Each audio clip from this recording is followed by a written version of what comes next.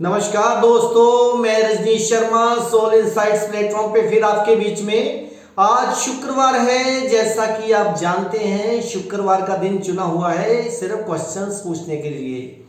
बहुत से मित्रों ने बहुत से क्वेश्चंस पूछे हैं, लेकिन उन क्वेश्चंस को बताने से पहले, उनके आंसर देने से पहले, हर बार की तरह जैसा मैं हर इंसान को, हर दुनिया के इंसान को समझा रहा हूं कि पेड़ लगाइए। जब आप पेड़ नहीं लगाएंगे तो संसार चल नहीं पाएगा। जो आज आने वाले बच्चे हैं वो आने वाले टाइम पे अच्छी तरह सांस नहीं ले पाएंगे।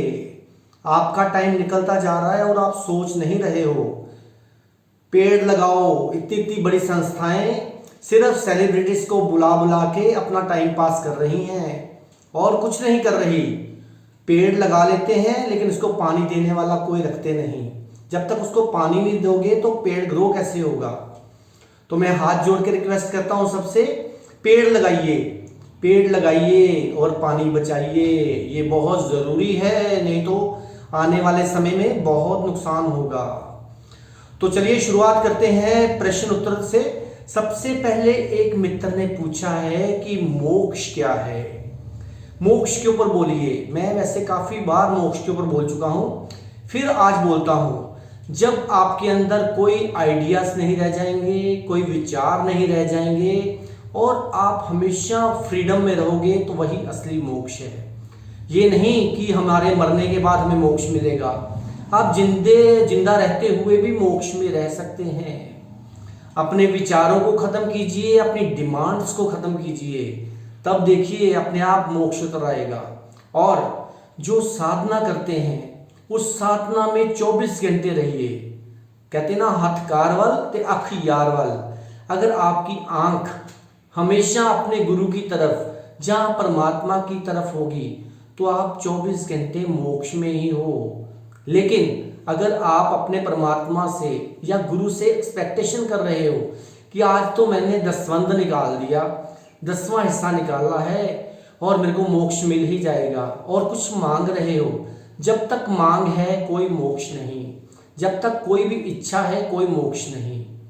तो कहने का मतलब अपने आप को थॉटलेसनेस में होना ही असली मोक्ष है।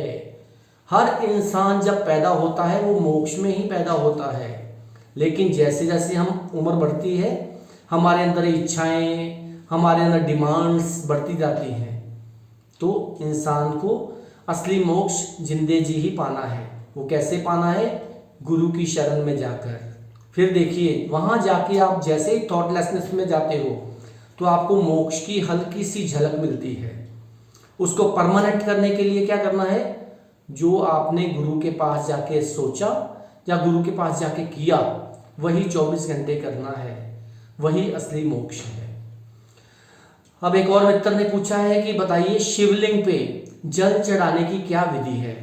सबसे पहले तो ये जो विधियां हैं, विधियों में नहीं जाना चाहिए। मैं बार बार बोलता हूं, सहजता में जाओ, क्योंकि विधि है तो हठ है। अगर हठ है तो आपकी मौजूदगी है, आपके अंदर कर्ता भाव है।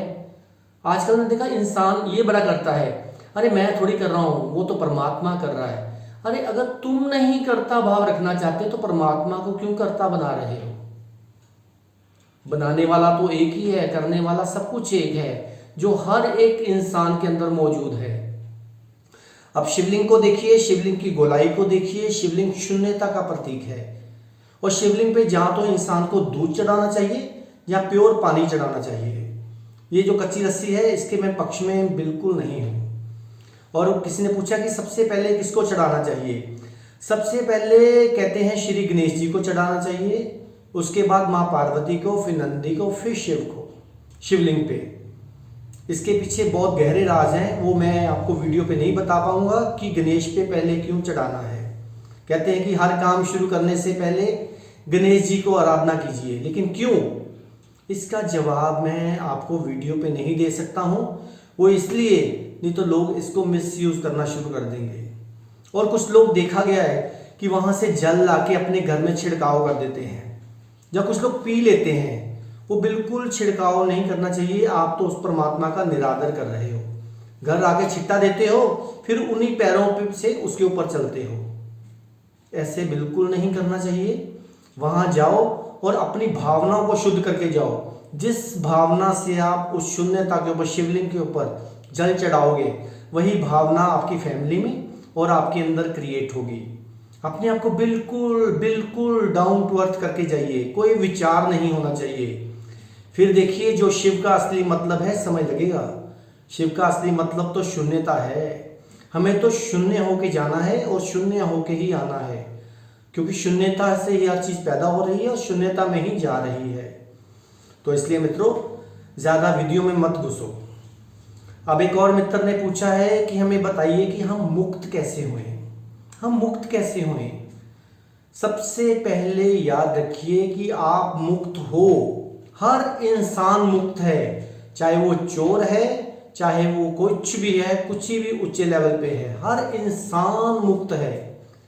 अपने आप को बंधन में सोचना ही आप अपने आप को बंधन में फील करते हो कि हम बंधन में हैं। हम मुक्त कैसे होंगे? हमने इतने कर्म किए हैं, बुरे कर्म किए हैं। याद रखिए कि अगर आप हमेशा उस बीइंग के साथ, प्योर बीइंग के साथ जुड़े हो, तो आप 24 घंटे मुक्त हो।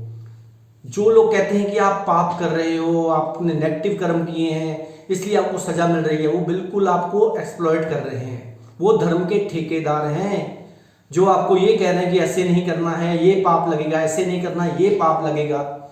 अरे भैया, जब आप बंधन में चले गए तो आप तो मुक्त हो ही नहीं सकते। बंधन में रहना ही पाप है। तो इसलिए अपने आप को हमेशा मुक्त समझिए, अपने विचारों को बिल्कुल समाप्त कीजिए, तो आप मुक्त ही हो। अब एक और मित्र ने पूछा है कि सबसे बड़ा दुनिया में पाप क्या है? देखो, मेरी नजर में सबसे बड़ा पाप है किसी को अध्यात्म में भटका देना, किसी को मिसगाइड करना कि ये ध्यान की विधि है, ये ध्यान की विधि है, ये मंत्र पढ़ो, ये मंत्र पढ़ो। देखिए, धर्म में किसी को भटकाना नहीं है। मैं तो यही कहूंगा, वही मेडिटेशन कराने का हकदार है, वही हमें कनेक्ट करने का हकदार है जो खुद कनेक्टेड है, जो खुद ध्यान में पारंगत है, वही हमें ध्यान करा सकता है। लेकिन आजकल मैं देख रहा हूं घर घर में लोग कह रहे हैं जी हम ध्यान करा रहे हैं, ध्यान करा रहे हैं, और उसके बाद देखो कि घर में लड़ाइयां हो रही हैं। वो कैसा ध्यान है? जो खुद ही सुखी नहीं वो आपको कैसे सुखी कर पाएगा? जो खुद ही शांत नहीं वो कैसे आपको शांत कर पाएगा? अगर मेरे पास वाईफाई का कनेक्शन है तो मैं आपको कनेक्ट कर सकता हूं। अगर मेरे पास वाईफाई का कनेक्शन नहीं है तो आपका मोबाइल या आपका कंप्यूटर मेरे साथ कनेक्ट नहीं होगा।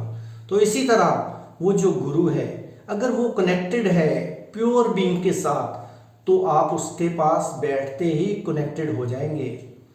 तो इसलिए आपको मैं बार बार यही कहता हूं कि अध्यात्म में भटकाना, इससे ऊपर दुनिया में कोई भी पाप नहीं है। तो कहने का मतलब है कि अपने आप को बिल्कुल बिल्कुल उसी से कनेक्ट कीजिए जो कि ध्यान में पारंगत है। वो कभी बताएंगे नहीं कि मैं ध्यानस्थ हूं, उनके पास बैठते ही आपको पता चल जाएगा कि आप ध्यान में चले गए। अब एक और मित्र ने पूछा है कि जो पैसा है अगर वो बेटी खर्च करती है, माँ खर्च करती है तो कुछ और भावनाएं होती हैं, लेकिन अगर बीवी खर्च करती है तो कोई क्यों भावनाएं बदल जाती हैं? क्यों कहते हैं कि अरे नहीं, माँ ने तो पैदा किया था, वो तो जननी है, बेटी तो देवी है, तो पत्नी देवी क्यों नहीं? देखिए, मैं सबसे पहले आपको ये बात समझा दूं, अगर आपके मन में 0.1% भी इस बात का मलाल है कि जो पति है, या मेरा भाई है, या मेरा पिता है, मेरी तरफ ध्यान नहीं दे रहा, तो आपकी तरफ से उनका ध्यान हटना बिल्कुल खत्म हो जाएगा। अपने आप को अंदर से बिल्कुल साफ रखिए, सोचिए बिल्कुल नहीं। अब आप कहेंगे नहीं, मैं तो सोचती नहीं हूं या मैं सोचता नहीं हूं। हमने सोचा होगा, किसी भी टाइम पे सोचा होगा, तो वो बीज हमारे अंदर पड़ गया कि मेरा पति मेरी तरफ ध्यान नहीं देता, वो मेरे को ऐसे बोलता है, या पति सोचता होगा कि मेरी पत्नी मेरे को ऐसे बोलती है। तो वही बातों से कला कलेश पड़ते हैं। कोई किसी के लिए गलत नहीं कर रहा, क्योंकि हम सब एक हैं। हम खुद ही अपने अंदर बीज डालते हैं, तो जब वो बीज पेड़ बन जाता है तो तब हमसे कटना मुश्किल हो जाता है। हम एक दूसरे को ही इल्जाम लगाते रहते हैं। तो मित्रों, याद रखिए, अपने अंदर वही बात वही बात पैदा कीजिए जो आप उसको सह सकते हो। जीसस ने कहा था ना, वही करना जो तुम अपने साथ सह सकते हो। मेरे ख्याल से तो अगर हम हैं सब एक, हम हैं एक, तो कोई भी किसी के साथ गलत नहीं कर सकता, किसी के लिए कोई बुरा नहीं होता। अपने आप को बिल्कुल क्लीन कीजिए और अपनी एनर्जी को बिल्कुल प्योर बीइंग के साथ जोड़िए। देख लेना आपके काम अपने आप होते जाएंगे। वो तो स्वयंभू है, वो अपने आप ही सारे काम करता है। और अपने अंदर ये बिल्कुल मलाल मत लाइए कि माँ के साथ ऐसा किया, बेटी के साथ ऐसा किया, भाइयों बहनों के साथ ऐसा किया, तो मेरे साथ क्यों नहीं। ये कभी नहीं कहना कि मेरे साथ क्यों नहीं, why not me, why me, ये नहीं कहना है।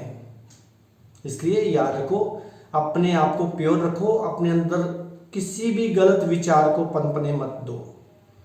अब एक और मित्र ने पूछा है कि दसवंध क्या है, क्या हमें अपनी कमाई से दसवंध निकालना है।